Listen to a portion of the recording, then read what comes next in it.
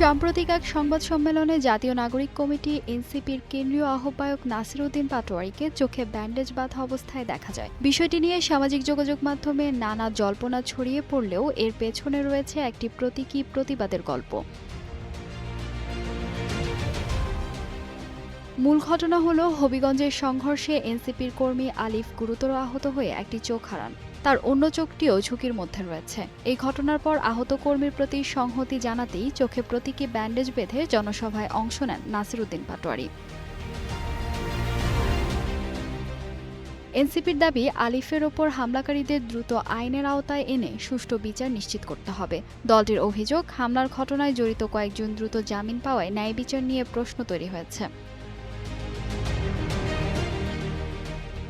দলটির ভাষ্য, এই প্রতীকী কর্মসূচির মাধ্যমে শুধু একজন আহত কর্মীর প্রতি সহমর্মিতাই নয়, বাক স্বাধীনতা এবং জুলাই আন্দোলনের চেতনা রক্ষার দাবিও তুলে ধরা হয়েছে।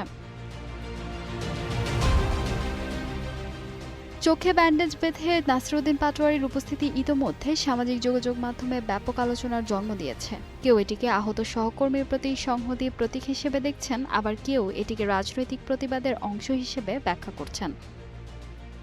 ফাহিমা সুরভি, নিউজ ডেস্ক, গ্লোবাল টেলিভিশন।